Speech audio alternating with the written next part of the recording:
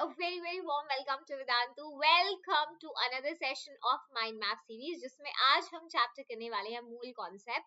So आज के छोटे से सेशन के अंदर आपको बहुत ज्यादा इंपॉर्टेंट और प्रोडक्टिव चीजें मिलेंगी फॉर द जेई एग्जाम. जी हाँ, तो हम देखने वाले हैं कितने टाइप के क्वेश्चंस आपके जेई एग्जाम में, किस टाइप के क्वेश्चन एग्जैक्टली आने वाले हैं जेई 2025 में. साथ में most repeated type of questions मैं आपको दिखाऊंगी विद द प्रूफ जो रीसेंट ईयर्स में आ रहे हैं लगभग हर शिफ्ट के अंदर. Right, so I will tell you the concepts of every type. हर टाइप का कॉन्सेप्ट हम समझेंगे, फॉर्मूला यूज समझेंगे एंड साथ में वैसे रिपीटेटिव क्वेश्चंस भी देखेंगे. राइट, तो छोटा सा पावर पैक सेशन होगा. सो अगर मूल कॉन्सेप्ट में आप फुल स्कोर करना चाहते हैं जेई एग्जाम में which can get you 4 to 8 marks in the exam, तो ये सेशन मेरा बहुत मैंडेटरी रहेगा. छोटू सा सेशन होगा. अगर आप लोग लास्ट होप पर है कि मैम हमने कुछ भी नहीं किया है, so what is the best that we can do in December and January, तो आई वुड एडवाइज यू बेटा गदर 2025 को आप ज्वाइन कर सकते हैं. Gadar 3.0 already started on our channel, लेकिन चैनल पे आपको चैनल का एक्सेस लेना पड़ेगा जो ₹89 में आता है. But I can assure you one thing कि अगर आप ये एक्सेस लेते हैं so you are going to be HP Gurukul का प्राइम मेंबर. राइट, और उस मेंबरशिप में आपको बहुत सारी चीजें मिलेंगी जिससे definitely you become closer, you get closer to your dream. जैसे कि गदर सीरीज में हम लोग PYQ सॉल्विंग कर रहे हैं, माइंड मैप सेशंस कर रहे हैं, फॉर्मूला शीट, शॉर्ट ट्रिक्स मिलेंगी आपको हर एक चैप्टर के लिए, which is organised weightage type. इसके अलावा जो एक्सक्लूसिव इंफॉर्मेशन है कॉलेजेस की, ये बहुत जरूरी होगा. जैसे ही जेई एग्जाम कंडक्ट हो जाएगा फर्स्ट अटेम्प्ट में, उसके बाद आपको यही इंफॉर्मेशन चाहिए होगा जो सिर्फ हमारे चैनल पर मिलता है. एंड दैट टू अगर आप प्राइम मेंबरशिप लोगे तो everything exclusive you will get access to अगर आप HP गुरुकुल में होते हैं. और जेई के बाद जो भी नियर अराउंड एग्जाम्स होंगे जैसे बिट सैट, VIT का है ना, WBJEE, तो उसके लिए भी प्रिपरेशन हम अपनी मेंबरशिप में कराएंगे. Right, so I think it's for sure like worth it. तो एक बार इसके बारे में सोचो and you guys can join it. Okay, चलिए तो लेट्स कंटिन्यू टू मूल कॉन्सेप्ट. तो यार कितने टाइप्स हैं बेसिकली, तो 8 टाइप्स हैं जो मैं आपको दिखाने वाली हूँ आज के सेशन में. तो देखो, सबसे पहले टाइप रहेगा बेसिक्स. अब बेसिक मैंने नाम इसीलिए दिया है क्योंकि यहाँ पे ना डाल्टन्स एटॉमिक थ्योरी और जो लॉज हैं कंजर्वेशन के, है ना, लॉस जो भी है केमिकल कॉम्बिनेशन के, तो वो सारे लॉस DAT मैं यहीं पर बताऊंगी क्योंकि 2024 में भी कुछ शिफ्टों में इतना सिंपल डाल्टन्स एटॉमिक थ्योरी का सवाल आया था. राइट, तो ये करना जरूरी है. टाइप 2 में हम मोल एनालिसिस रखेंगे जो बहुत इजी टू स्कोर क्वेश्चंस होते हैं which are like based on the unitary method.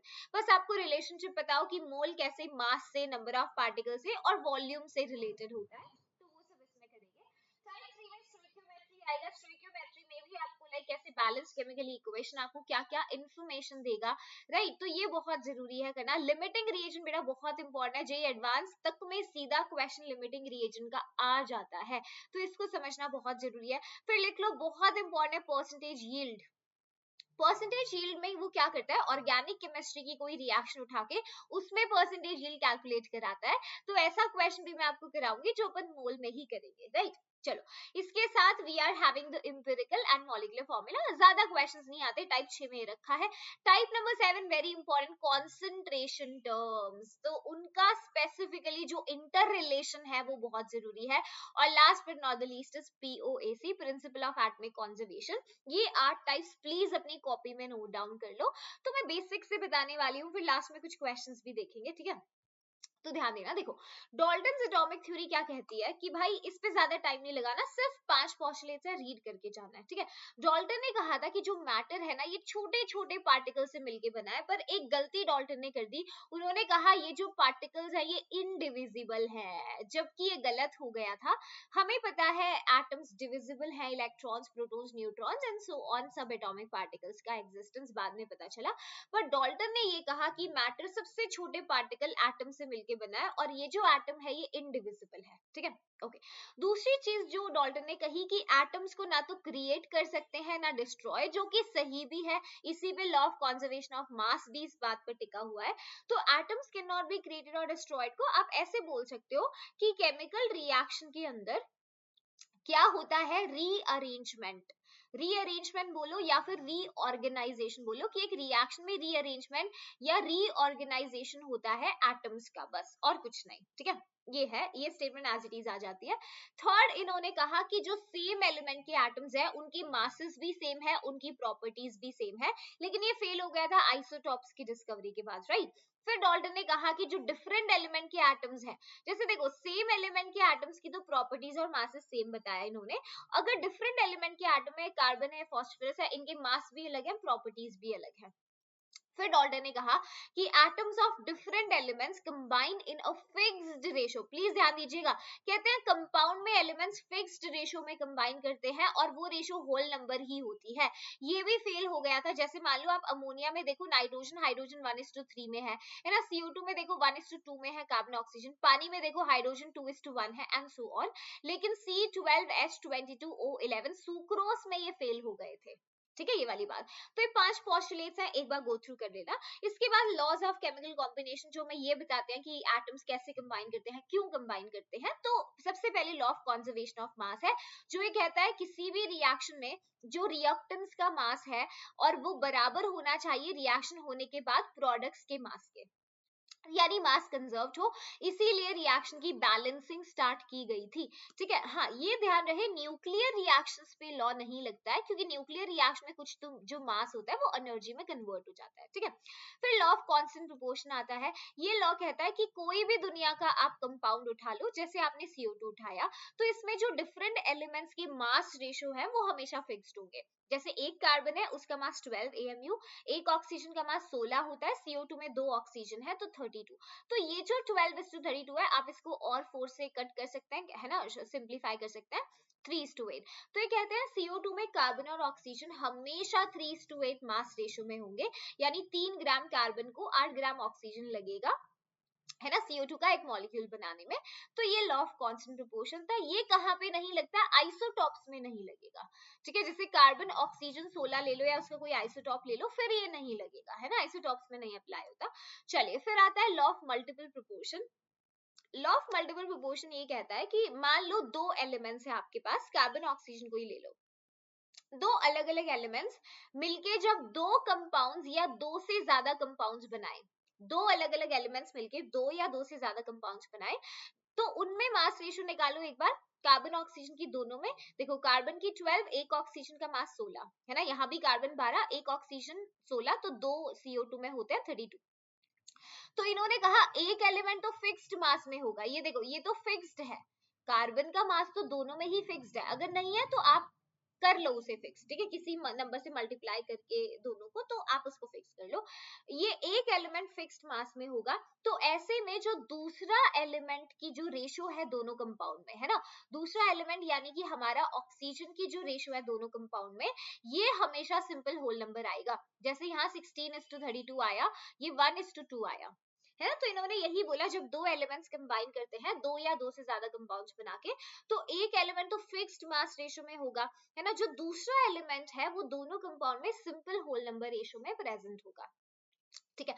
ये भी आप आइसोटॉप्स में नहीं लगाएंगे। फिर गेल यूसैक्स लॉ आए। गेल यूसैक्स ने कहा जब भी केमिकल रिएक्शन आपस में रिएक्ट करती हैं, जैसे गैसेस मतलब रिएक्शन में, जैसे यहाँ पे देखो हेबर्स प्रोसेस के लिए यहाँ पे ये बैलेंस्ड इक्वेशन है, ठीक है। तो ये जो गैसेस है जब ये कंबाइन करते हैं प्रोड्यूस होते हैं, हमेशा सिंपल रेशो ऑफ वॉल्यूम में होती है। जैसे यहाँ देखो, एक वॉल्यूम नाइट्रोजन 3 वॉल्यूम हाइड्रोजन के साथ मिलके 2 वॉल्यूम अमोनिया देता है। तो अगर मान लो ये 10 लीटर होगा, ये 30 लीटर होगा, तो ये 20 लीटर बनेगा, है ना। तो वॉल्यूम की रेशो 10:30:20, जो कि सिंपल होल नंबर रेशो ही आएगा हमेशा, ये इन्होंने कहा, सिंपल रेशो होगा, प्रोवाइडेड सारी गैसेस जो है सेम टेम्परेचर और प्रेशर के ऊपर हो, ठीक है। एवोगाड्रो लॉ कहता है अगर मान लो आपके पास सेम वॉल्यूम है, जैसे मान लो मैंने 2 अलग अलग कंटेनर लिए, एक में O2 को फिल कर दिया, एक में H2 को फिल कर दिया, और जो वॉल्यूम है वो सेम है, ये भी 5 लीटर है, ये भी 5 लीटर है, ठीक है। टेम्परेचर भी सेम है, 0 डिग्री सेल्सियस है, प्रेशर मान लो 2 एटमॉस्फेयर है, तो जितने मॉलिक्यूल्स इसमें है उतने ही मॉलिक्यूल्स इसमें होंगे। तो मान लो x मॉलिक्यूल्स O2 के है ना, तो H2 के भी x मॉलिक्यूल्स हैं। तो इन्होंने कहा कि जब भी आपका टेम्परेचर और प्रेशर सेम रहता है, equal volume of all gases contain equal number of molecules. तो वॉल्यूम जो है डायरेक्टली प्रोपोर्शनल है नंबर ऑफ मोल्स के। अगर मॉलिक्यूल सेम है, मोल्स भी सेम होंगे, या नंबर ऑफ मॉलिक्यूल्स के। ठीक है, ये एक्सप्रेशन एवोगाड्रोस लॉ से आया। ठीक है, लास्ट देखो, लॉ ऑफ रेसिप्रोकल प्रोपोर्शन कहता है, मान लो दो एलिमेंट्स है आपके पास, एक कार्बन ले लिया मैंने, ऑक्सीजन ले लिया और हाइड्रोजन। ठीक है, कार्बन ऑक्सीजन के साथ मिलके CO2 बनाता है, कार्बन हाइड्रोजन के साथ मिलके मीथेन बनाता है। चलो मास रेशियो निकालो, कार्बन ऑक्सीजन का CO2 में 12:32। ठीक है, मीथेन के अंदर कार्बन हाइड्रोजन 12:4 होगा। तो यहाँ पे देखो CO2 और मीथेन के अंदर एक एलिमेंट को फिक्स कर दो। देखो कार्बन तो फिक्स्ड है, कार्बन तो फिक्स्ड है, तो जो दूसरे एलिमेंट के रेशोज हैं, यानी हाइड्रोजन और ऑक्सीजन का आप जो रेशो देख रहे हो इसके अंदर, वो कितना है निकाल ले एक बार। देखो यहाँ पे मैंने क्या किया, हाइड्रोजन और ऑक्सीजन का रेशो निकाल लिया। हाइड्रोजन 4 था, ऑक्सीजन CO2 से 32 था, ये कितना आया 1:8। ठीक है, अच्छा साथ में अब हाइड्रोजन और ऑक्सीजन आपस में भी कंबाइन करके मान लो वाटर मॉलिक्यूल बना रहे हैं। तो यहाँ पे हाइड्रोजन और ऑक्सीजन का मास रेशो निकालो, 2:16 जो कि 1:8 आया। तो यही लॉ बोलता है कि ये रेशो या तो सेम आएगा या एक दूसरे का मल्टीपल आएगा। ठीक है, स्टेटमेंट पढ़ लेना, कॉम्प्लेक्स लगे तो एग्जाम्पल से समझना हमेशा। ठीक है, ये कुछ लॉस थे जो केमिकल कॉम्बिनेशन को बताते हैं। हालांकि सवाल सिर्फ डाल्टन्स एटॉमिक थ्योरी से ही हाल फिलहाल पूछा गया है, राइट। तो ये आपका टाइप 1 था पूरा, जिसमें बेसिक्स अपन ने कवर कर लिया। ठीक है, टाइप 2 में चलेंगे मोल मोल एनालिसिस के ऊपर। तो इसमें आपको पता होना चाहिए मोल का रिलेशन नंबर ऑफ पार्टिकल से, अगर गैस है तो वॉल्यूम से, और मास से क्या होगा। ठीक है, तो ध्यान देना। देखो रिलेशन बिटवीन मोल, तो हमेशा ध्यान रखना, एक मोल किसी भी सब्सटेंस का, 1 मोल ऑफ अ सब्सटेंस, ठीक है, किसी भी सब्सटेंस के एक मोल में हमेशा बेटा 6.022 इंटू 10⁻23 पार्टिकल्स आएंगे, हमेशा ही आएंगे। ठीक है, तो इसको हम कैसे लिख सकते हैं, Na से या N0 से भी रिप्रेजेंट कर सकते हैं। तो एक मोल में हमेशा एवोगाड्रोस नंबर ऑफ पार्टिकल्स आएंगे।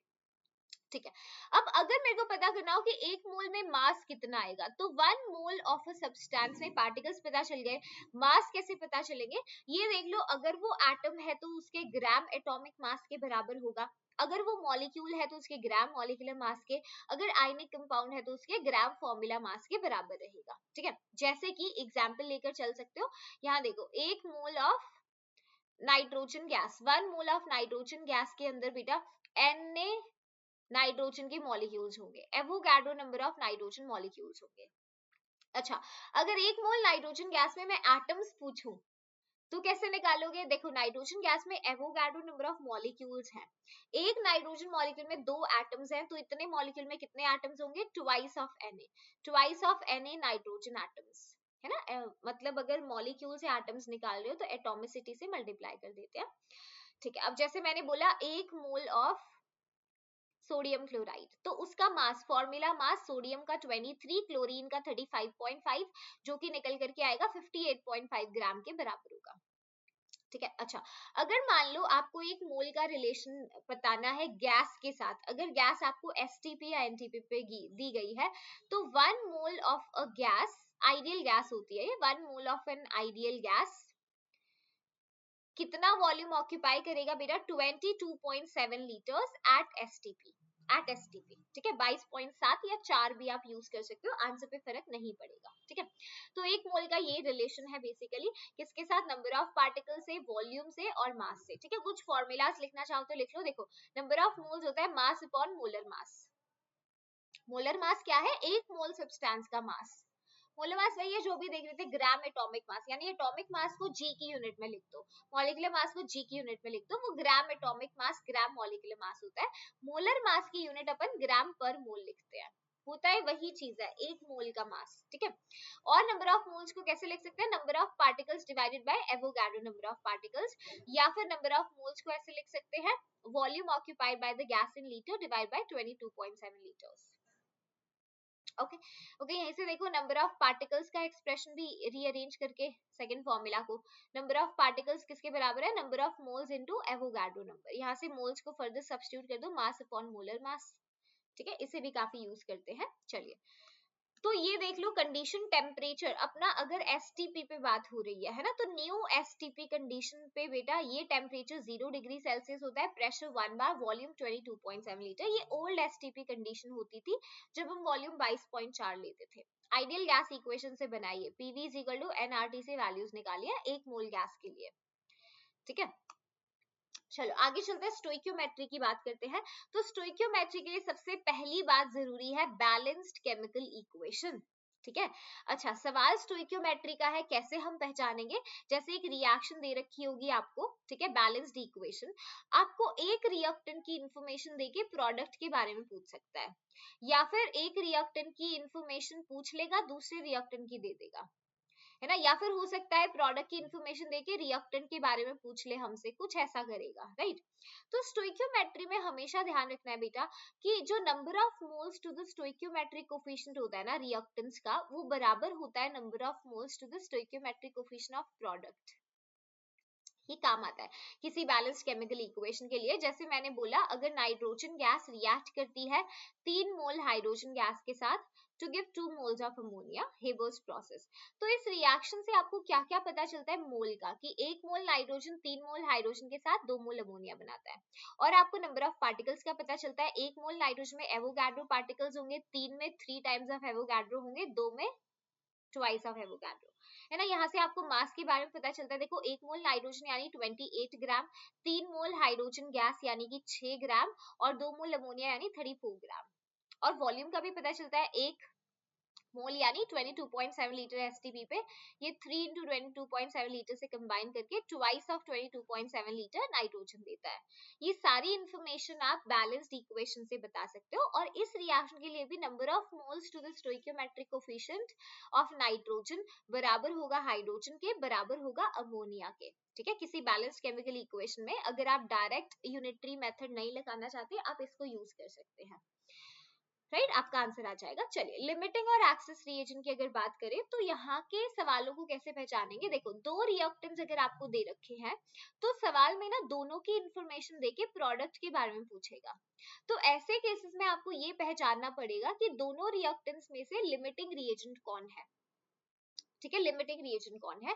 क्योंकि लिमिटिंग रिएजेंट वो सब्सटेंस होता है जो कंप्लीटली खत्म होके रिएक्शन को रोक देता है, और प्रोडक्ट कितना बनेगा ये लिमिटिंग रिएजेंट ही डिसाइड करता है। ठीक है, अब लिमिटिंग रिएजेंट को आइडेंटिफाई कैसे करेंगे? तो जैसे मान लो एक सैंपल रिएक्शन में लेती हूँ, A + 2 मोल ऑफ B से 3 मोल ऑफ प्रोडक्ट बना। ठीक है, ओके, मैंने बोला कि मोल्स का डेटा मैं आपको देती हूँ कि 5 मोल ए के दिए हुए हैं मैंने, है ना, और 5 ही मोल मान लो, चलो इसको चेंज कर लेते हैं, इसको 8 मोल बी दे रखा है और कहा कितना प्रोडक्ट बनेगा। तो आप लिमिटिंग रिएजेंट ढूंढो। देखो, number of moles divided by stoichiometric coefficient, यहाँ number of moles divide by stoichiometric coefficient, ये 5 आया, ये 4 आया, तो लिमिटिंग रिएजेंट कौन है? बी, है ना, B is the limiting reagent. जो छोटा है number of moles, actually limiting reagent ढूंढते हैं जिस रिएक्टेंट का number of moles to stoichiometric coefficient minimum होता है, वही लिमिटिंग रिएजेंट होता है। ठीक है, वही लिमिटिंग रिएजेंट होएगा। तो देखो, number of moles divide by stoichiometric coefficient किसका कम आया? बी के लिए, तो बी लिमिटिंग रिएजेंट है। और ये बताएगा कितना पी बनेगा। कैसे? देखो, स्टोइकियोमेट्री से पता चल रहा है 2 मोल बी से 3 मोल पी बनता है। यहाँ लिख ले, देखो 2 मोल बी से क्या बनता है? 3 मोल पी बनता है। ठीक है, सवाल में दिया है 8 मोल बी, 8 मोल बी से कितना बनेगा? 3 डिवाइड बाय 2 into 8 यानी 12, है ना, 12 मोल पी बनेगा। इस तरीके से आप बता सकते हैं। मतलब मैंने सिर्फ एक एग्जांपल लिया है कि अगर किसी लिमिटिंग रिएक्शन में लिमिटिंग रिएजेंट ढूंढते हैं तो number of moles to stoichiometric coefficient का रेशियो जो मिनिमम है वो लिमिटिंग रिएजेंट है, और वो ही डिसाइड करेगा कि आपका प्रोडक्ट जो है वो कितना बनेगा, जैसे यहाँ पे एग्जाम्पल हमने लिया था। ओके, सॉर्टेड है, बोलो। ओके, चलिए बहुत बढ़िया, आगे चलते हैं। इंपेरिकल और मॉलिक्यूलर फॉर्मूला। तो इंपेरिकल मॉलिक्यूलर फॉर्मूला का अगर सवाल आए तो उसको लास्ट में करना, क्योंकि थोड़ा सा कैलकुलेटिव होता है। इंपेरिकल फॉर्मूला सिंपलेस्ट रेशियो बताता है एटम्स की मॉलिक्यूल में, मॉलिक्यूलर फॉर्मूला एग्जैक्ट बताता है। जैसे मान लो C6H12O6 ग्लूकोज, ये मॉलिक्यूलर फॉर्मूला है। इंपेरिकल फॉर्मूला होगा 6 से काट दो C1H2O1। ठीक है, बेंजीन देखो C6H6 है तो इंपेरिकल फॉर्मूला CH बनेगा। है ना। इथीन देखो C2H4 है, एम्पिरिकल फॉर्मूला CH2 बनेगा। तो एक रिलेशन होता है कि मॉलिक्यूलर फॉर्मूला जो होता है ना, एम्पिरिकल फॉर्मूला का n से मल्टीप्लाई कर दो सब्सक्रिप्ट में, इसके बराबर होता है। अब ये n कैसे निकालते हैं, n निकालते हैं molecular weight divided by empirical weight, ठीक है। So n can be calculated as molecular mass divide by empirical formula mass. तो सवालों में आपको मॉलिक्यूलर मास दिया होता है क्वेश्चन में, एम्पिरिकल मास आप निकालते हैं डेटा से। डेटा सवाल में क्या देगा, परसेंटेज कॉम्पोजिशन का डेटा देगा, उस परसेंटेज कॉम्पोजिशन से एलिमेंट्स का मास पता चल जाएगा। मास को फिर एक सीक्वेंस होता है, मास को मतलब एटॉमिक मास से डिवाइड करके हम मोल्स निकालते हैं, और ये assumption यूज करते हैं जो रेशो एटम्स के मोल्स का है, the ratio of moles of atom, वही रेशो है number of atoms in the molecule, ठीक है। Ratio of moles of the atom बराबर है ratio of number of atoms in the molecule को, और यहाँ से हम सिंपल रेशो भी निकालते हैं, फिर उसको आप होल नंबर में कन्वर्ट कर देते हैं। तो अगर आपको डिटेल में करना है तो गदर 3.0 में मैंने सारी चीजें बहुत डिटेल में कराई हैं क्वेश्चंस के साथ। हालांकि अभी भी मैं कुछ इंपॉर्टेंट क्वेश्चंस दिखाऊंगी आपको, but this is for the revision point of view, ठीक है। चलो नेक्स्ट होता है percentage composition. Audio video fine है, कोई भी दिक्कत हो तो मेरे को पूछ सकते हो, बता सकते हो, ठीक है। ओके चलो देखो, परसेंटेज कॉम्पोजिशन पे कभी कभी क्वेश्चन आ जाते हैं, तो it's very much similar to जैसे तुम अपना परसेंट निकालते हो एक्चुअली स्कूल में जब रिजल्ट आता है। तो किसी भी कंपाउंड में किसी एलिमेंट का अगर मास परसेंट बताना है, जैसे मैंने बोला कैल्शियम कार्बोनेट है, तो इसमें ना मास परसेंटेज कैल्शियम का बताओ, मास परसेंट कैल्शियम का। तो कैल्शियम का मास कितना होता है 40, divided by molar mass compound का निकालो, 40 कैल्शियम का, 12 कार्बन का, 3 ऑक्सीजन का, 48, जो कि बनेगा 100 बनेगा, ठीक है। अच्छा मतलब mass of carbon divided by mass of compound को 100 से मल्टीप्लाई कर दो, तो ये निकल करके आएगा 40%। 40% कैल्शियम है, ठीक है। ऐसे ही मास परसेंटेज कार्बन का निकाल सकते हो, कार्बन का mass divided by total mass of compound into 100 for percentage 12%। Oxygen का कैसे निकाल सकते हो, कैल्शियम और कार्बन का जोड़ दो और 100 से सब्ट्रैक्ट कर दो, है ना, ऐसे निकाल सकते हैं। तो ये परसेंट कॉम्पोजिशन है। ये देखो परसेंटेज यील्ड बेटा बहुत इंपॉर्टेंट है।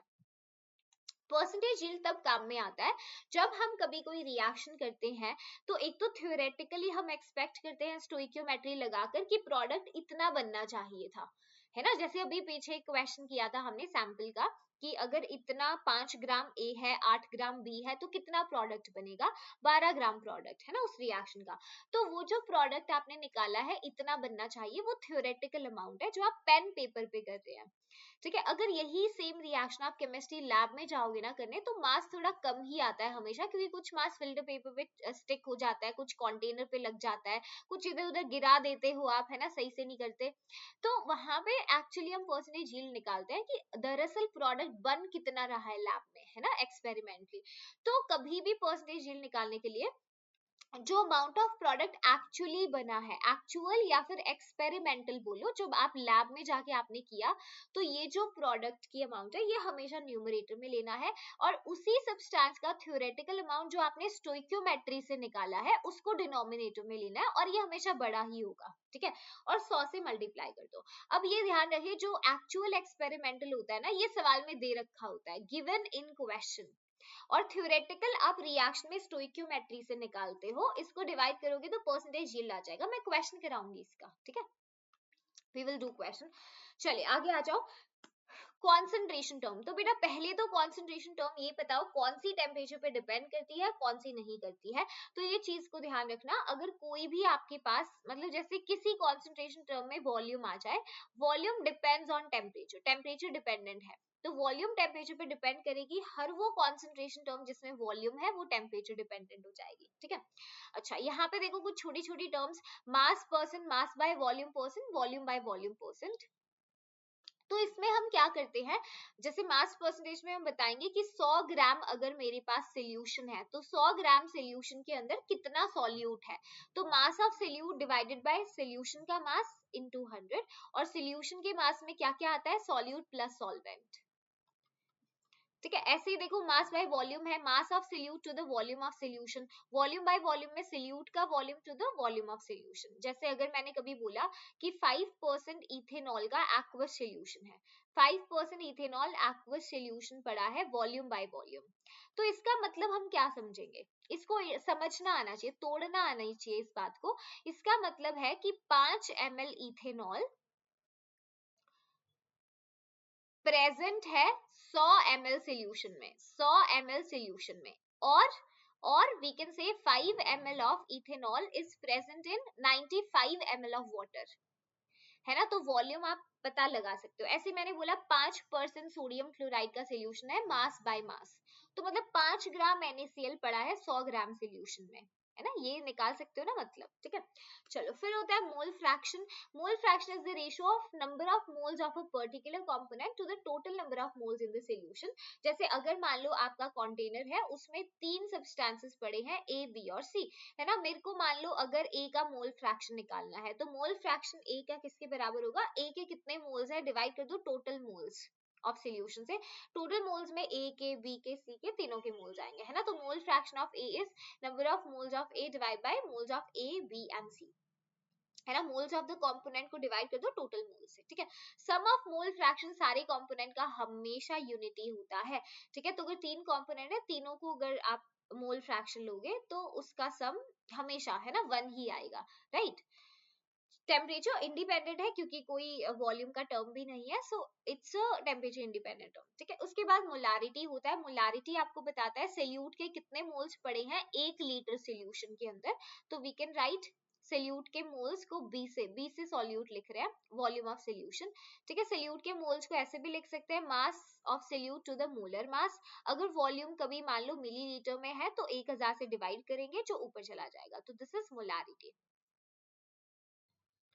ठीक है, दिस इज मोलारिटी। अच्छा, क्योंकि वॉल्यूम है तो ये टेम्परेचर पे डिपेंड करने वाली कॉन्सेंट्रेशन टर्म है। मोलारिटी को आप मोलर में लिख सकते हैं, मोल पर लीटर में, मोल पर डेसीमीटर क्यूब में, कैपिटल M में, वो सब इसकी यूनिट्स हैं, ठीक है। फिर मोलालिटी है, मोलालिटी को स्मॉल m से आप लिख सकते हैं। मोलालिटी होता है सोल्यूट के कितने मोल्स पड़े हैं kg मास ऑफ सॉल्वेंट में, यानी अगर मैंने 1 किलो सॉल्वेंट ले लिया तो उसमें सॉल्यूट के कितने मोल्स पड़े हैं, ठीक है। अब मोल्स ऑफ सोल्यूट को कैसे लिख सकते हैं, mass of solute divided by molar mass. KG mass of the solvent अगर मान लो ग्राम में दिया है तो केजी में करने के लिए 1000 से डिवाइड कर देते हैं, ये एक्सप्रेशन बनेगा। ये क्या है, मास है, ये मोलालिटी है, पूरा लिख लो कंफ्यूजन है तो मोलालिटी सोल्यूट के कितने moles KG mass of solvent में है, ठीक है। चलो तो अब मेरे को एक बात का मतलब बताओ, मैंने आपके सामने लिखा कि 5 मोलल NaCl का सोल्यूशन है, एक्वस सोल्यूशन। आप इसका मतलब क्या समझेंगे, आप ये समझेंगे कि 5 मोल्स मतलब NaCl की मोल्स है 5, ठीक है, डिसॉल्व किए हैं 1 किलो सॉल्वेंट में, ठीक है। यानी मास ऑफ द सॉल्वेंट, यानी A से सॉल्वेंट लिखा है, पानी लिख लो, मास ऑफ सॉल्वेंट दे रखा है 1000 ग्राम, बोल सकते हैं ऐसे बोले 5 मोल एक्वस सोल्यूशन का मतलब ये है NaCl के 5 मोल्स डिसॉल्व हैं 1 किलो सॉल्वेंट में या फिर 1000 ग्राम सॉल्वेंट में, जो कि यहाँ पे पानी है, तो पानी का मास भी पता चल गया और मोल सोल्यूट के पता चल गए, है ना। ऐसे अगर मैंने बोला होता 5 मोलर NaCl एक्वस सोल्यूशन है, तो आप क्या समझते कि मैम NaCl के मोल्स पता चल जाते 5 है और किसमें डिसॉल्व है, सोल्यूशन की वॉल्यूम 1 लीटर यानी 1000 मिलीलीटर सोल्यूशन के अंदर, ये रीड कर सकते हो ना, इससे क्वेश्चन सॉल्व होते हैं। चलो तो बेटा अब आपसे जो एग्जाम में चीज पूछी जा रही है ना आजकल, वो बहुत इंपॉर्टेंट है, inter conversion of the concentration term. आपसे कॉन्सेंट्रेशन टर्म का रिलेशन पूछता है, जैसे इस फॉर्मूला को तो मैं एडवाइस करूंगी आप याद रखो, काफी क्वेश्चंस इससे आ रहे हैं, ठीक है। तो देखो मोलालिटी किसके बराबर है, अगर मान लो मोलालिटी पूछे और सवाल में मोलारिटी दे देगा, आपको डेंसिटी दे देगा सोल्यूशन की मोलारिटी और डेंसिटी देके कहेगा इसकी मोलालिटी बताओ, तो सीधा एक्सप्रेशन होता है 1000 into molarity divided by 1000 into density of the solution minus capital M S molarity into molar mass of the solute, सीधा आंसर आता है। हाँ, वरना आप यूनिटरी मेथड लगा के भी कर सकते हैं मोलालिटी, ठीक है। कैसे मोलालिटी होता है, moles of solute to the KG mass of the solvent, तो आपको सॉल्वेंट का मास चाहिए होगा, मैं ऐसा क्वेश्चन कराऊंगी। तो ये वो बहुत मजे की स्लाइड है, इसमें आप इंटर रिलेशन कर सकते हो कॉन्सेंट्रेशन टर्म का। मैं एडवाइस करती हूँ इसको जरूर पढ़कर जाना if you want to save your time in exam, ठीक है। आखिरी टाइप देखो, POAC principle of atomic conservation को तब लगाया जाता है जब आप अपनी रिएक्शन को बैलेंस नहीं कर पाते हैं, क्योंकि आपको रिएक्शन का पता ही नहीं है उसमें क्या क्या ऐड हो रहा है, क्या सब्ट्रैक्ट हो रहा है, क्या कंपाउंड में एलिमेंट्स है, बट आपको एक एलिमेंट का पता होगा कि इस ये कंजर्व्ड है ना पूरी रिएक्शन में, तो उसका कंजर्वेशन मान के हम सीक्वेंस बनाते हैं। जैसे एक रफ मैंने रैंडम एग्जांपल लिया है, A2B3 से आगे रिएक्शन हो रही है गिविंग यू A3B5 जो आगे A5D4 दे रहा है, ठीक है। मान लो कंपाउंड के A2B3 के X मोल्स है, इसके Y मोल है और इसके Z मोल्स है। मान लो मैंने बोला कि A कंजर्व्ड है, प्रिंसिपल ऑफ एटॉमिक कंजर्वेशन मैं A पे लगा रही हूँ, मान लो एज एन एग्जाम्पल। इस पे तुम A पे क्यों लगा सकते हो देख लो, क्योंकि देखो पहले कंपोनेंट में भी A प्रेजेंट है, उसके बाद यहाँ पे भी A है, B भी है, लेकिन आगे देखो B गायब हो गया, फिर A आ गया, यहाँ से D ऐड हो गया, तो D का मुझे नहीं पता, B का मुझे नहीं पता, पूरी रिएक्शन सीक्वेंस में A कंजर्व्ड है। तो मैं ये बोल सकती हूँ कि A कंजर्व्ड है, जितने एटम A के A2B3 में है उतने ही यहाँ है और उतने ही यहाँ है। अगर मान लो एटम्स कंजर्व्ड है तो मोल्स भी कंजर्व्ड है ना। तो देखो यहां से प्लीज ध्यान दो, देखो A2B3 का मतलब एक मोल इस कंपाउंड के अंदर 2 मोल A एटम्स है ना। एक मोल A2B3 में 2 मोल A एटम्स हैं, तो X मोल में कितने होंगे, 2X मोल्स होंगे। ऐसे देखो एक मोल A3B5 में 3 मोल A एटम्स हैं, तो Y मोल में कितने होंगे, 3 Y मोल्स होंगे, ठीक है। ऐसे देखो एक मोल A5D4 में 5 मोल A है, तो Z मोल में कितना होगा, 5 Z मोल्स, ठीक है। अब मोल्स ऑफ A कंजर्व्ड है, तो मैंने कहा कि एटम्स भी कंजर्व्ड है, तो 2x 3y के बराबर होगा 5z के। ये अप्रोच आपको अच्छे से अच्छे क्वेश्चन सॉल्व करने में मदद करता है। तो अगेन गदर सीरीज में हमने हर टाइप को बहुत डिटेल में डिस्कस किया है। अब सारी टाइप्स के कुछ क्वेश्चंस एक बार प्रैक्टिस कर लेते हैं to get in more confidence, okay. चलो ये सवाल कहता है जो आपका टाइप 1 पे बेस्ड है, incorrect postulates Dalton's atomic theory का। तो जल्दी से आंसर कर दो मुझे, atoms of different elements differ in mass, क्या ये बोला था उन्होंने, डिफरेंट एलिमेंट के एटम्स के मास डिफरेंट होते हैं, कहा था। Atom consist of divisible atoms, नहीं, डाल्टन ने इनडिविजिबल कहा था, ठीक है। कंपाउंड्स आर फॉर्म्ड जब atoms of different element combine in the fixed ratio, ये कहा था उन्होंने लास्ट 5th पोस्टुलेट में, ठीक है। atoms of given element have different properties, नहीं, सेम एलिमेंट के एटम्स का मास सेम होता है, प्रॉपर्टीज भी सेम होती है। केमिकल रिएक्शन में रीऑर्गेनाइजेशन है एटम्स का, जी हाँ, रीअरेंजमेंट, ये बोला था ना एटम्स कैन बी क्रिएटेड और डिस्ट्रॉयड। तो ए, सी और ई, ठीक है, ए, सी और ई करेक्ट है, तो इनकरेक्ट कौन हो गया, बी एंड डी, ठीक है, बी एंड डी, इजी। आगे चलो, नेक्स्ट सवाल 2023 का टाइप नंबर 2 का एक क्वेश्चन है, मोल मोल एनालिसिस। सवाल कहता है कि 16 ग्राम मीथेन मैच करो, मैच द फॉलोइंग। तो ऐसे सवालों में एक मोल को पहले मैच कर लो, एक मोल नाइट्रोजन यानी 22.7 लीटर एट एसटीपी, ऐसा कोई ऑप्शन नहीं है, और मास 28 ग्राम है, ऐसा ऑप्शन यस, C1 से मैच करेगा। एक मोल नाइट्रोजन गैस यानी 28 ग्राम वे करता है, ठीक है। उसके बाद आ जाओ 1 ग्राम हाइड्रोजन गैस, तो हाइड्रोजन का मोलर मास 2 ग्राम होता है, 2 ग्राम, देखो 2 ग्राम H2 गैस 22.7 लीटर एसटीपी पे ऑक्यूपाई करेगा, तो 1 ग्राम कितना करेगा, 22.7/2, दैट विल कम अराउंड 11.4, ठीक है। तो B4 से मैच कर रहा है, आंसर आई थिंक तुमको मिल गया है, B4 से मैच किया है, ठीक है। उसके बाद देखो आधा मोल सल्फर डाइऑक्साइड, यार 1 मोल सल्फर डाइऑक्साइड उसके मोलर मास यानी 32 सल्फर का 32 दो ऑक्सीजन का 64 ग्राम के बराबर है, तो आधा मोल किसके बराबर होगा, 64 को 2 से डिवाइड कर दो, दैट इज 32 ग्राम। तो क्या ऑप्शन है, यस, D3 से मैच कर रहा है, ओके, D3 से मैच कर रहा है, तो लास्ट में A2 से ही मैच करेगा, कैसे, बोला 16 ग्राम मीथेन में कितने मॉलिक्यूल्स हैं, कितने इलेक्ट्रॉन्स हैं, तो पहले मॉलिक्यूल्स निकाल लो, 16 ग्राम मीथेन में एवोगाड्रो मॉलिक्यूल्स हैं, होंगे, ठीक है, और एक मॉलिक्यूल मीथेन के अंदर 4 और पांच पांच एटम्स है, एक कार्बन एटम में कितने इलेक्ट्रॉन्स है 6 और 4 हाइड्रोजन में 4, तो एक मॉलिक्यूल में 10 इलेक्ट्रॉन है, तो 16 ग्राम मीथेन में कितने इलेक्ट्रॉन्स आएंगे, उसके मॉलिक्यूल्स एवोगाड्रो को 10 से मल्टीप्लाई कर दो, इतने इलेक्ट्रॉन्स होंगे, है ना, जो कि 60.2 इंटू 10⁻³ होगा, तो इसका मतलब option number D is correct. सही है सबका, बताओ कर सकते हो, टाइप भी पहचान लिया, मोल मोल एनालिसिस। अगला सवाल देखो, कहता है जिंक रिएक्ट करता है हाइड्रोक्लोरिक एसिड के साथ to give hydrogen and zinc chloride, the volume of hydrogen gas produced at STP from the reaction of इतना zinc with excess HCl is. Okay, तो देखो बैलेंस्ड केमिकल इक्वेशन लिखनी पड़ेगी, type का नाम बताओ, स्टोइकियोमेट्री। जिंक डाइल्यूट HCl के साथ मिलके ZnCl2 और हाइड्रोजन रिलीज करता है, तो पहले बैलेंस करना जरूरी है इस रिएक्शन को, है ना, कैसे करेंगे बैलेंस, देखो 2 हाइड्रोजन 2 क्लोरीन तो 2 HCl, ठीक है। Volume of hydrogen produced at STP, अगर 11.5 ग्राम जिंक हमने लिया है एक्सेस HCl में, तो देख लो यहाँ पे बैलेंस्ड इक्वेशन से पता चल रहा है 1 मोल जिंक से 1 मोल हाइड्रोजन मिल रहा है, 1 मोल जिंक यानी 65.4 ग्राम जिंक से 1 मोल H2 यानी 22.7 लीटर हाइड्रोजन मिल रहा है, तो 11.5 से कितना मिलेगा यार, नॉर्मल यूनिटरी मेथड है, बता दो, इससे इतना मिल रहा है, 11.5 से कितना मिलेगा 22.7 अपॉन 65.4 इंटू 11.5, यस ये 11 अराउंड 5 पे कट जाएगा, ये 5 4s are 20 समथिंग 4 पे, है ना, 4 लीटर्स और 3.99 इसका आंसर आएगा, एक बार कैलकुलेशन चेक कर लो, 3.99 that we can round off as 4 litres, आ रहा है आंसर।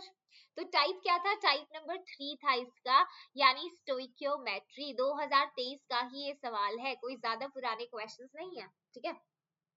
चलो नेक्स्ट टाइप देखो, the question says that assume करिए कार्बन बर्न करता है according to this chemical equation, ठीक है, केमिकल इक्वेशन है 2 मोल कार्बन O2 का 1 मोल 2 मोल CO मिलता है, कहता है 12 ग्राम कार्बन को बर्न किया गया है इन 48 gram of oxygen, the volume of carbon monoxide produced is, तो आई थिंक पता चल गया, लिमिटिंग रीजन टाइप का सवाल है, टाइप नंबर 4।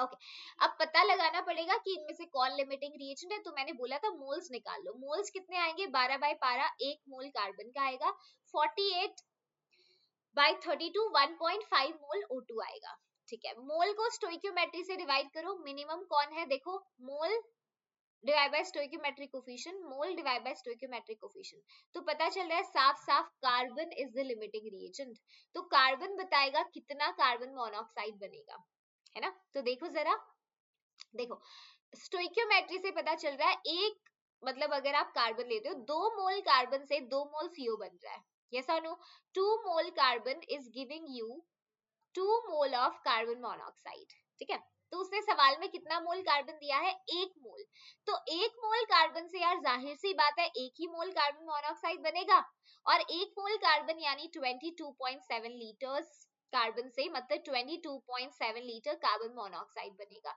तो answer should be 22.7 litre carbon monoxide, लेकिन इसको हम लिखेंगे 227 इंटू 10⁻⁻1 लीटर, तो आंसर बिकम 227, कर सकते हो, देख लो, लिमिटिंग रिएक्शन निकालते ही आंसर आ गया, 1 मोल कार्बन से 1 मोल CO बनना था, यानी 22.7 litre CO, which can be written as 227 into 10⁻⁻1। हो रहे हैं क्वेश्चंस, आसान है, यस, चलिए ये सवाल देखो, कहता है कंसीडर करिए अबव रिएक्शन को, the percentage yield of amide product is, okay, ये सवाल में देखो दोनों रिएक्टेंट की इंफॉर्मेशन देखिए, कहता है कि कितना परसेंटेज यील्ड है अमाइड का, तो मैम ने बताया था परसेंटेज यील्ड का क्वेश्चन है, इंपॉर्टेंट है, ऐसे सवाल आते हैं, परसेंटेज यील्ड यानी अमाउंट, एक्चुअल अमाउंट आपके अमाइड की, है ना, actual amount of the amide, amount की जगह आप मोल से भी परसेंटेज यील्ड निकाल सकते हो, actual mole divided by theoretical moles, ठीक है, एक्चुअल अमाउंट को डिवाइड करोगे थ्योरेटिकल अमाउंट से और 100 से मल्टीप्लाई करोगे, अब ये जो अमाउंट दी गई है, देखो देखो 0.210 ग्राम जो इन्होंने दिया है ना, that is the actual amount, तो चाहो तो इसके मोल्स निकाल लो, इसके मोल्स कैसे निकाल, मतलब आप मोल्स भी रख सकते हो मास की जगह, आपकी मर्जी, आपको क्या इजी लगता है, आंसर दोनों से सेम आएगा, ठीक है। तो ये तो आपका एक्चुअल अमाउंट है, दिस इज एक्चुअल। एक्सपेरिमेंटल कैसे निकालेंगे, आप यहाँ से निकालोगे, ये 0.140 है, ये 0.388 है, तो पहले हमें लिमिटिंग रिएजेंट ढूंढना पड़ेगा और उस लिमिटिंग रिएजेंट से पता चलेगा कि ये एक्सपेरिमेंटली इसकी अमाउंट कितनी बनी, ठीक है। फिर एक्सपेरिमेंटल अमाउंट पता चलेगी, एक्चुअल दे रखी है, अगर मोल से करना चाहते हो 0.210 में अमाइड के मोल्स निकाल लो और ये रेशो निकाल दो, answer will come out. Try करना है इस क्वेश्चन को, ठीक है। मैं सोल्यूशन दिखा के बता देती हूँ एक बार, देखो इधर आ जाओ क्योंकि थोड़ा कैलकुलेशन में टाइम लगेगा। तो देखो ये जो आपको रिएक्टेंट दिया गया है दैट इज 0.14 ग्राम, तो इसमें मोल्स निकाल लो, इसके मोलर मास से डिवाइड कर दिया 140.5। अच्छा मोलर मास कैसे निकालेंगे मैम, देखो तुम्हें ये तो पता है ना बेटा, बेंजीन का जो मोलर मास है 78 होता है। अब हमने क्या किया, बेंजीन का एक हाइड्रोजन हटा के COCl लगा दिया, तो मतलब 77, 78 में से एक घटाओ 77 प्लस एक कार्बन का मास 12, एक ऑक्सीजन का मास 16, एक क्लोरीन का 35.5 कर सकते हो, तो ये आएगा 140.5। तो इसके मोल्स निकाले पहले रिएक्टेंट के 10⁻³ आए, ठीक है। ऐसे दूसरा रिएक्टेंट का मास दे रखा है 0.388, इसके भी मोल्स निकालो, कैसे निकालेंगे, देखो एक फिनाइल रिंग है आपके पास 77, 78 में से एक घटा देना क्योंकि सब्स्टिट्यूएंट लगा रहे हैं, ठीक है। 77 मास इसका, नाइट्रोजन का 14, हाइड्रोजन का 15, ठीक है। 77 और इधर से भी 77 लो, तो इसका मास कैसे निकालेंगे, 77 का 2 करोगे प्लस 15 जोड़ो 169 आएगा, ठीक है। डिवाइड कर दिया 169 से, यहाँ पे निकल कर आया number of moles 2.29। Stoichiometric coefficient दोनों का 1 है, तो इनमें से छोटा कौन है, 10⁻³ तो ये लिमिटिंग रिएजेंट है, तो यही डिसाइड करेगा कि कितना अमाइड बनेगा, ठीक है। तो अब एक बात बताओ, एक मोल इस रिएक्टेंट से एक ही मोल अमाइड बन रहा है, तो 10⁻³ मोल से इसके भी 10⁻³ मोल्स बनेंगे, बनेंगे या नहीं बनेंगे, तो स्टोइकियोमेट्रिक मोल्स पता चल गए अमाइड के कितने हैं 10⁻³। अब जो गिवन अमाउंट थी अमाइड की 0.21, यहाँ से भी मोल्स निकाल लो मोलर मास से डिवाइड करके, कैसे निकालोगे, देखो 77 को 3 से मल्टीप्लाई करो, 3 फिनाइल रिंग्स है ना, एक कार्बन का 12, एक ऑक्सीजन का 16 और एक नाइट्रोजन का 14, कर सकते हो, यस ओके। इस ये तो मास आया, अब मास को इससे मतलब मोलर मास को इससे डिवाइड कर दो, तो आपके एक्चुअल मोल्स आ रहे हैं 7.69 × 10⁻⁴। कैलकुलेट करना थोड़ा कैलकुलेटिव है, ठीक है। तो परसेंटेज ये लोग निकाल सकते हैं, एक्चुअल अमाउंट मोल्स की टर्म में ले सकते हो या मास से भी आप कर सकते थे, try this, divided by theoretical amount, वो जो स्टोइकियोमेट्री से निकली है, और 100 से मल्टीप्लाई कर दिया। ये क्वेश्चन मैंने जानबूझ के ऐड किया है, मैं दिखाना चाहती हूँ बेटा ऐसे बहुत क्वेश्चन हर साल जेई में आते हैं, तो इसको ये मत सोचना ऑर्गेनिक केमिस्ट्री का सवाल है, आपका मूल कॉन्सेप्ट है, परसेंट यील्ड पूछा है, ठीक है। आपको नहीं भी पता इसका नाम क्या है, हमें मतलब नहीं, मैंने किसी का नाम नहीं लिया, मैंने सिर्फ इसको प्योर स्टोइकियोमेट्री, प्योर मूल कॉन्सेप्ट से बताया है ना। ऐसे ही सॉल्व करना है ऐसे क्वेश्चंस को, मास आप आराम से निकाल सकते हैं, ठीक है। चलिए नेक्स्ट देखो, कहता है number of units which are used to express concentration of solution from the following. बताओ कंसंट्रेशन के लिए कौन कौन यूज होता है, मास परसेंटेज कंसंट्रेशन टर्म है, मोल नहीं, कंसंट्रेशन टर्म नहीं है, it's more like a unit है ना, मोल मोल एनालिसिस करने के लिए। मोल फ्रैक्शन है, मोलारिटी है, पीपीएम है, मोलालिटी है, तो 1 2 3 4 5 कंसंट्रेशन टर्म्स थी, इजी। चलो अगला सवाल देखो, सवाल कहता है, दिस इज इंपॉर्टेंट बेटा, काफी सालों से क्वेश्चन आ रहा है, कहता है डेंसिटी 3 मोलर सॉल्यूशन NaCl की 1 ग्राम पर ml है, molality of the solution is, तो है ना वही क्वेश्चन, देखो डेंसिटी दे रखा है, मोलारिटी दे रखा है और मोलालिटी पूछ रहा है। मैंने एक फॉर्मूला दिखाया था, अगर उसे सीधा सब्स्टिट्यूट करोगे तो आंसर निकाल लोगे। फॉर्मूला था molality is equal to 1000 into molarity divide by 1000 into density minus molar mass solute का, है ना, और molecular molarity into molar mass, आप मॉलिक्यूलर मास आपके सॉल्यूट का, ठीक है। अब ये तो डायरेक्ट फॉर्मूला था, वैसे इसको कैसे करते हैं, देखो मोलालिटी निकालना है, मोलालिटी क्या होता है, moles of solute to the KG mass of the solvent, या तो ऐसे लिख लो, या फिर अगर मास आपको ग्राम में दे रखा है सॉल्वेंट का तो 1000 से डिवाइड कर दो, है ना, ये फॉर्मूला था। अब इसके लिए मुझे मोल्स चाहिए सॉल्यूट के, तो सवाल में 3 मोलर सॉल्यूशन दिया है NaCl का, तो इसका मतलब सॉल्यूट के मोल्स पता चल गए 3 है, और क्या पता चला, डेंसिटी सॉल्यूशन की दे रखी है आपको वॉल्यूम सॉल्यूशन की मिल गई, सॉल्यूशन की वॉल्यूम कितनी होगी 1000 मिलीलीटर, है ना। और डेंसिटी सोल्यूशन की देखो दे रखी है 1 ग्राम पर ml, तो यहाँ से क्या करो मास निकाल लो, density is mass per unit volume, तो डेंसिटी कितना है 1 ग्राम पर ml, वॉल्यूम है 1000 मिलीलीटर, और मास सोल्यूशन का निकल जाएगा यहाँ से 1000 ग्राम, तो सॉल्यूशन का मास आ जाएगा 1000 ग्राम, आ जाएगा। ठीक है, अब देखो जरा सोल्यूशन का मास किसके बराबर होता है, सॉल्यूट का मास प्लस सॉल्वेंट के। सोल्यूट का मास कैसे निकालेंगे, देखो NaCl के मोल्स पता है 3 है, तो इसका मास निकाल लो, NaCl का मोल्स को मोलर मास से मल्टीप्लाई कर दो 58.5 से, ठीक है। तो देखो सोल्यूट सॉल्यूशन का मास किसके बराबर है, सोल्यूट का मास प्लस सॉल्वेंट का मास, प्लस सॉल्वेंट ए से लिखा है हमने, ठीक है। तो यहाँ से सॉल्वेंट का मास आ जाएगा, देखो 1000 में से सब्ट्रैक्ट कर दो 3 इंटू 58.5 आ जाएगा, ये सॉल्वेंट का मास आ गया। बस अब आपकी मोलालिटी निकल जाएगी, देखो यहाँ से वैल्यू रख दो, ये मोलालिटी था ना, मोलालिटी में रख दो, मोल्स ऑफ सोल्यूट 3 थे, सॉल्वेंट का मास आ गया 1000 माइनस 3 इंटू 58.5, ठीक है, और ग्राम में है तो 1000 से मल्टीप्लाई कर दिया ऊपर डिवाइड करने की वजह से। तो देखो फॉर्मूला से भी यही एक्सप्रेशन आया था, 3 into 1000 divided by 1000 minus 3 into 58.5, दिखा। तो ये जो कॉन्सेंट्रेशन टर्म्स इंटर रिलेशन है, इनको आप विदाउट फॉर्मूला भी कर सकते हो, बट थोड़ा सा टाइम लगेगा, तो you have to take your decision, आपको किससे ज्यादा कंफर्टेबल फील होता है। आई वुड एडवाइज यू, कुछ ज्यादा इंपॉर्टेंट अगर फॉर्मूले पता है तो आप आराम से कर सकते थे इसे, ठीक है। तो ये सारे बेटा हमने मोस्ट इंपॉर्टेंट चीजें डिस्कस करी, जिसमें हमने बेसिक्स पढ़ लिया, मोल मोल एनालिसिस देखा, स्टोइकियोमेट्री देखा, type 3, type 4 limiting reagent, type 5 percentage yield, empirical molecular formula, concentration terms और पीओएसी। अब अगर ज्यादा डिटेल में आपको चैप्टर करने हैं तो वो गदर 3.0 में हो रहे हैं, जिसमें we have done the best possible explanation as per examination. जितना टाइम है सिर्फ उन्हीं नोट्स को अगर आप रिवाइज कर लोगे, उतना ही प्रैक्टिस कर लोगे, तो you can sufficiently score a good percentile in the mains exam in January attempt only, ठीक है। तो आप ज्वाइन कर सकते हैं HP Gurukul if that interest you, link description box में है, वरना ऐसे सेशंस को अटेंड करते रहना आपकी क्विक रिवीजन के लिए, ठीक है। तो मेक श्योर आप चैनल पे सब्सक्राइब रहे। I will see you next time in the next session, till then take care and all the best.